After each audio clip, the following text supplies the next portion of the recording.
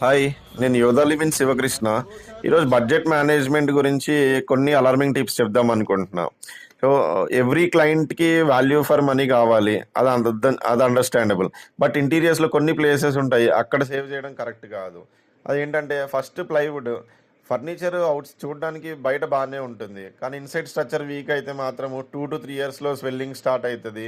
Termite start అయితుంది. Faulty plywood తీసుకోవడం వల్ల. Second hardware. హార్డ్‌వేర్ అనిపిస్తది చిన్నదే గానీ, చీప్ హింజెస్, ఛానెల్స్ ఫస్ట్ మంత్‌లో ప్రాబ్లమ్ ఇవ్వవు. కానీ 1 ఇయర్ తర్వాత లూజ్ అయితాయి. సౌండ్ స్టార్ట్ అయితుంది. దానివల్ల మనకి ఫ్రస్ట్రేషన్, ఇరిటేషన్ ఇవన్నీ start అయితాయన్నమాట.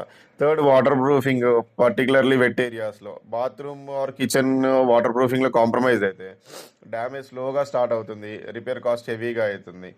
Fourth electrical fittings. Cheap switches and wires, accessories save చేసినట్టు అనిపిస్తాయి కానీ safety risk and maintenance issues చాలా క్రియేట్ చేస్తాయి లేటర్ టైంలో. సో రిమెంబర్ దిస్, ఇది గుర్తుపెట్టుకోండి.